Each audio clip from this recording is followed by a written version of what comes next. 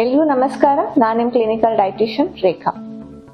ನಮ್ಮ ಆರೋಗ್ಯ ಚೆನ್ನಾಗಿರ್ಬೇಕು ಅಂತಂದ್ರೆ ನಮ್ಮ ಆಹಾರ ಪದ್ಧತಿ ಕೂಡ ಚೆನ್ನಾಗಿರ್ಬೇಕು ಅಂತ ಪ್ರತಿ ಸರಿ ನಾನು ಹೇಳ್ತಾ ಇರ್ತೇನೆ. ಆದ್ರೆ ಆಹಾರ ಪದ್ಧತಿ ಜೊತೆಗೆ ನಮ್ಮ ಜೀವನ ಶೈಲಿನ ಕೂಡ ನಾವು ಚೆನ್ನಾಗಿಟ್ಕೊಳ್ಳೋದು ಅತಿ ಮುಖ್ಯವಾದ ಅಂಶವಾಗಿದೆ. ಹಾಗಾದ್ರೆ ಇವತ್ತು ನಾವು ಪ್ರತಿದಿನ ಏನೆಲ್ಲ ಮಿಸ್ಟೇಕ್ಸ್ ಮಾಡ್ತಾ ಇರ್ತೇವೆ ಅವುಗಳನ್ನ ಹೇಗೆ ಸರಿಪಡಿಸ್ಕೊಳ್ಳೋದು ಅಂತ ನೋಡ್ಕೊಳ್ಳೋಣ. ಮೊದಲನೇದಾಗಿ, ಬೆಳಗ್ಗೆ ಎದ್ದ ತಕ್ಷಣ ನಿಮ್ಮನ್ನ ನೀವು ಆದಷ್ಟು ನೈಸರ್ಗಿಕ ಬೆಳಕು ಅಂದ್ರೆ ನ್ಯಾಚುರಲ್ ಏರಿಗೆ ಎಕ್ಸ್ಪೋಸ್ ಮಾಡೋದನ್ನ ರೂಢಿ ಮಾಡ್ಕೊಳ್ಳಿ. ಬೆಳಗ್ಗೆ ನಾವು ಹೊರಗಡೆ ಟೈಮ್ ಸ್ಪೆಂಡ್ ಮಾಡೋದ್ರಿಂದ ನಮ್ಮ ಮನಸ್ಥಿತಿ ಹಾಗೂ ಮಾನಸಿಕ ಸ್ಥಿತಿಯನ್ನ ಸುಧಾರಿಸಿಕೊಳ್ಬಹುದು. ಇದರಿಂದ ಹೋಲ್ ಡೇ ಫ್ರೆಶ್ ಫೀಲ್ ಕೂಡ ಆಗ್ಬಹುದು.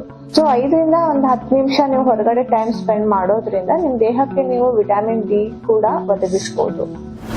ಎರಡನೇದಾಗಿ, ಕೆಳಗಡೆ ಕೂತ್ಕೊಳ್ಳೋ ವಿಧಾನ. ಬಹಳಷ್ಟು ಜನ ಈಗ ನಾವು ಕೆಳಗೆ ಕೂತ್ಕೋಬೇಕಂದ್ರೆ ಸೋಫಾ, ಚೇರು, ಟೇಬಲ್ ಗಳನ್ನ ಬಳಸ್ತೇವೆ. ಕೆಳಗಡೆ ಕೂತ್ಕೊಳ್ಳೋ ಅಭ್ಯಾಸನ ಮರ್ತ್ಕೊಂಡ್ಬಿಟ್ಟೇವಿ. ಸೊ ಆದಷ್ಟು ಜನ ಸಮಯ ಸಿಕ್ಕಾಗ ಕೆಳಗಡೆ ಕೂತ್ಕೊಳ್ಳೋದು, ಅಂದ್ರೆ ಊಟ ಮಾಡುವಾಗ ಆಗಿರ್ಲಿ ಅಥವಾ ನಿಮ್ದು ಏನೋ ಲ್ಯಾಪ್ಟಾಪ್ ಕಂಪ್ಯೂಟರ್ ಅಲ್ಲಿ ಕೆಲಸ ಮಾಡುವಾಗ ಆಗಿರ್ಲಿ, ಬುಕ್ಸ್ ಗಳನ್ನ ಓದುವಾಗ, ಹೀಗೆ ನಾನಾ ತರದ ಕೆಲವೊಂದು ಕೆಲಸಗಳನ್ನ ನಾವು ಮಾಡಬಹುದು.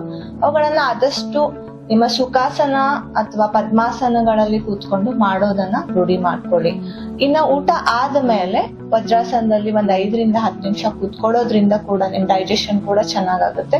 ಸೊ ಕೆಳಗಡೆ ಕೂತ್ಕೊಳ್ಳೋ ಅಭ್ಯಾಸ ರೂಢಿ ಮಾಡ್ಕೊಂಡ್ರೆ ನಿಮ್ ಲೋವರ್ ಬ್ಯಾಕ್ ಪೇನ್ ಕೂಡ ಕಡಿಮೆ ಆಗುತ್ತೆ. ನೀಸು, ಆಂಕಲ್ ಗಳಲ್ಲಿ ಜಾಯಿಂಟ್ಸ್ ಫ್ಲೆಕ್ಸಿಬಿಲಿಟಿ ಕೂಡ ಬರುತ್ತೆ. ನಿಮ್ಮ ಮಸಲ್ಸ್, ಬೋನ್ಸ್ ಕೂಡ ಸ್ಟ್ರಾಂಗ್ ಆಗುತ್ತೆ. ಸೊ ಹೀಗೆ ಕೆಳಗಡೆ ಕೂತ್ಕೊಳ್ಳೋ ರೂಢಿ ಮಾಡ್ಕೊಂಡ್ರೆ ನೀವು ನಿಮ್ಮ ಆರೋಗ್ಯಕ್ಕೆ ಅನೇಕ ಲಾಭಗಳನ್ನ ಕೂಡ ತಂದ್ಕೋಬಹುದು. ಇನ್ನ ಮೂರನೇದಾಗಿ, ಬಹಳಷ್ಟು ಜನ ಊಟ ಮಾಡಿದ್ಮೇಲೆ ಸ್ನಾನ ಮಾಡ್ತಿರ್ತೀರಾ ಅಥವಾ ಎಕ್ಸರ್ಸೈಸ್ ಮಾಡ್ಕೊತಿರ್ತೀರಿ, ಇಮಿಡಿಯೇಟ್ ಆಗಿ ಮಲಗೋದನ್ನ ರೂಢಿ ಮಾಡ್ಕೊಂಡಿರ್ತೀರಿ. ಈ ಎಲ್ಲ ಹ್ಯಾಬಿಟ್ ಗಳನ್ನ ಸ್ಟಾಪ್ ಮಾಡ್ರಿ. ಯಾಕಂತಂದ್ರ ಸ್ನಾನ ಮಾಡಿದ ತಕ್ಷಣ ನಮ್ ಮೆಟಬಾಲಿಕ್ ರೇಟ್ ಹಾಗೂ ಡೈಜೆಸ್ಟಿವ್ ಫೈರ್ ಲೋ ಆಗೋದ್ರಿಂದ ಅನೇಕ ಗ್ಯಾಸ್ಟ್ರೋ ಇಂಟೆಸ್ಟಿನಲ್ ನೀವು ಇಶ್ಯೂಸ್ ಗಳನ್ನ ಫೇಸ್ ಮಾಡಬಹುದು. ಡೈಜೆಷನ್ ಕೂಡ ಪ್ರಾಪರ್ ಆಗೋದ್ರಿಂದ ಆಸಿಡಿಟಿ, ಇಂಡೈಜೆಷನ್, ಹೀಗೆ ಇನ್ನಿತರ ಪ್ರಾಬ್ಲಮ್ಸ್ ಗಳು ಕೂಡ ನೀವು ಫೇಸ್ ಮಾಡಬಹುದು. ಸೊ ಇದಲ್ಲದೆ ನ್ಯಾಚುರಲ್ ಆಗಿ ನಿಮ್ ಸ್ಕಿನ್ ಮೇಲೆ ಇರುವಂತಹ ಆಯಿಲ್ ಹಾಗೂ ಎಂಜೈಮ್ಸ್ ಕೂಡ ವಾಶ್ ಔಟ್ ಆಗುತ್ತೆ. ನ್ಯೂಟ್ರಿಯೆಂಟ್ಸ್ ಕೂಡ ಪ್ರಾಪರ್ ಆಗಿ ಅಬ್ಸಾರ್ಬ್ ಆಗೋದಿಲ್ಲ.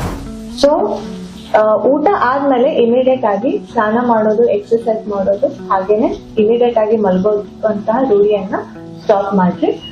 ಮಲ್ಗೋಕ್ಕಿಂತ, ಎಕ್ಸರ್ಸೈಸ್ ಮಾಡೋಕ್ಕಿಂತ ಅಥವಾ ಸ್ನಾನ ಮಾಡೋಕ್ಕಿಂತ ಮುಂಚೆ ಅಟ್ಲೀಸ್ಟ್ 1-2 ತಾಸು ಮುಂಚೆ ಊಟ ಮಾಡೋದನ್ನ ರೂಢಿ ಮಾಡ್ಬೋದು.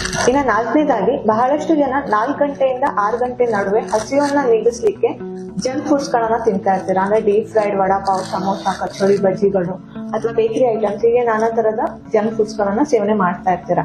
ಆದ್ರೆ ಈ ತರ ಮಾಡೋದ್ರಿಂದ ಇವೆಲ್ಲ ಹೈ ಕ್ಯಾಲರಿ ಫುಡ್ ಆಗಿರೋದ್ರಿಂದ ಡೈಜೆಷನ್ ಪ್ರಾಬ್ಲಮ್ ಆಗುತ್ತೆ.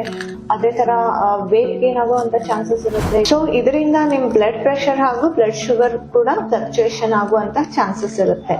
ಸೊ ಈ ಟೈಮ್ ಅಲ್ಲಿ ಆದಷ್ಟು ಈ ತರ ಹೈ ಕ್ಯಾಲರಿ ಇರುವಂತಹ ಸ್ನಾಕ್ಸ್ ಗಳನ್ನ ತಿನ್ನೋದನ್ನ ಅವಾಯ್ಡ್ ಮಾಡ್ಕೊಳ್ರಿ. ಸಪೋಸ್ ಹೆಲ್ದಿ ಆಗಿರುವಂತವ್ರು ಈ ತರ ಫುಡ್ ಗಳನ್ನ ತಿನ್ಬೇಕಂತಿದ್ರೆ ಮಾರ್ನಿಂಗ್ ಅಥವಾ ಆಫ್ಟರ್ನೂನ್, ಅಂದ್ರೆ 10 ಗಂಟೆಯಿಂದ 4 ಗಂಟೆ ಒಳಗಡೆ ಸೇವನೆ ಮಾಡೋದು ಕೂಡ ಉತ್ತಮ. ಇನ್ನ 5ನೇದಾಗಿ, ಬುಕ್ಸ್ ಓದುವುದನ್ನ ರೂಢಿ ಮಾಡ್ಕೊಳ್ರಿ. ಹೌದು, ಪ್ರತಿದಿನ ಬುಕ್ಸ್ ಓದುವಂತಹ ಅಭ್ಯಾಸ ಮಾಡ್ಕೊಂಡ್ರೆ ಆದಷ್ಟು ನಿಮ್ಮ ಸ್ಟ್ರೆಸ್ ಅನ್ನ ನೀವು ರಿಲೀಫ್ ಮಾಡ್ಕೋಬಹುದು. ಏಕಾಗ್ರತೆ ಜಾಸ್ತಿ ಆಗುತ್ತೆ, ಮನಸ್ಥಿತಿ ಕೂಡ ಇಂಪ್ರೂವ್ ಆಗುತ್ತೆ. ಇದರಲ್ಲಿ ನಿಮ್ ದೇಹಕ್ಕೂ ಕೂಡ ವಿಶ್ರಾಂತಿ ಸಿಗುತ್ತೆ. ಅದೇ ತರ ನಾನಾ ತರದ ಬುಕ್ಸ್ ಓದೋದ್ರಿಂದ ಬಗೆಯ ಆಲೋಚನೆಗಳು ಕೂಡ ನಿಮ್ಮನ್ನ ನೀವು ಚೇಂಜ್ ಮಾಡ್ಕೋಬಹುದು. ನಿಮ್ಮ ಜೀವನ ಶೈಲಿಯನ್ನ ಕೂಡ ನೀವು ಇಂಪ್ರೂವ್ ಮಾಡ್ಕೋಬಹುದು. ಇದಲ್ಲದೆ ನಿಮ್ಮ ಸ್ಲೀಪ್ ಪ್ಯಾಟರ್ನ್ ಕೂಡ ನೀವು ಇಂಪ್ರೂವ್ ಮಾಡ್ಕೋಬಹುದು. ಹಾಗೇನೆ ಆದಷ್ಟು ನಿಮ್ಗೆ ತಾಳ್ಮೆಯನ್ನ ಕೂಡ ಇದು ಓದೋದು ಕಲಿಸುತ್ತದೆ. ಆದ್ರಿಂದ ಓದುವಂತಹ ಒಂದು ಹವ್ಯಾಸ ಕೂಡ ಒಂದು ಒಳ್ಳೆಯ ವ್ಯಾಯಾಮನೇ ಆಗಿದೆ.